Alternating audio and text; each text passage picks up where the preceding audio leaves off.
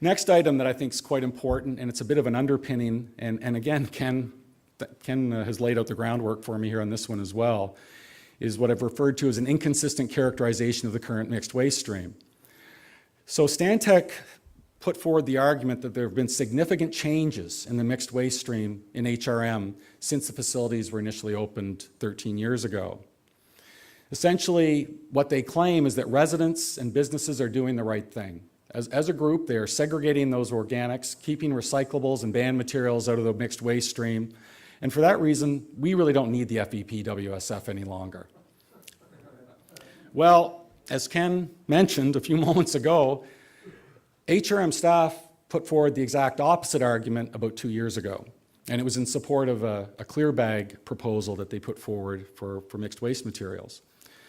In those reports, staff stated that there were large quantities of recyclables and organics continuing to arrive at the FEP.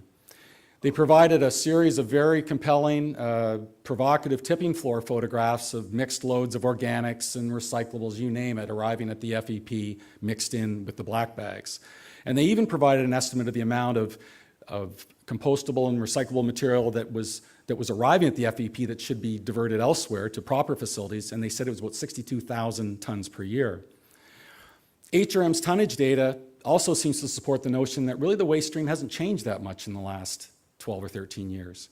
There have been modest changes at Otter Lake and at the materials recovery facility at Bears Lake and at the 2 composting operations, but as this next graph demonstrates, they have truly been modest changes. So this is a graph prepared from HRM's own data that shows the change in waste arriving at the different facilities in the 12-year period of 2000, 2001, from 2012 to 2013. So the top line is the mixed waste line, and that's the material that's arriving at the FEP.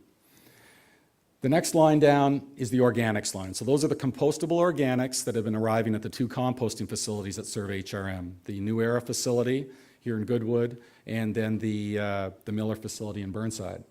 And the bottom line are recyclables. So those are the curbside, the blue bag recyclables that are being directed to the Miller MRF in Bears Lake. You see a little peak here around 2005, 2006, and based on my understanding of the waste system in HRM, I think what happened at that point is HRM sensibly started ensuring that C&D materials were directed away from the costly, in terms of landfill space, Otter Lake facility, and directed to C&D management facilities located elsewhere in the municipality, using that airspace more sensibly. And you can see once that started, the mixed waste line started to come back down. So in terms of a big change over time, well, as you can see, over that 12-year period, the lines are relatively flat. And based on the arguments put forward by Stantec in their report, you would expect that mixed waste line to be heading down and to the right, and the other 2 lines to be heading up and to the right. But in fact, the data doesn't support that. Now, I promised you some photos, and I too stole these from Gordon's presentation from March 2011. And this is to give a sense of the type of material that arrives on the tipping floor. This obviously is a mixed load of cheese and meat and other products along with some paper.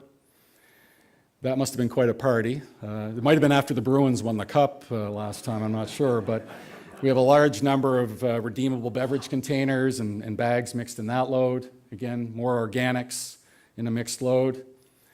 Maybe from a pizza place. So look at tomato cans and LDPE plastic in the background. And then finally, a lot of produce, perhaps from a supermarket. So again, a real inconsistency about the state of the waste stream, and therefore calling into question this notion that the FEP WSF is no longer needed.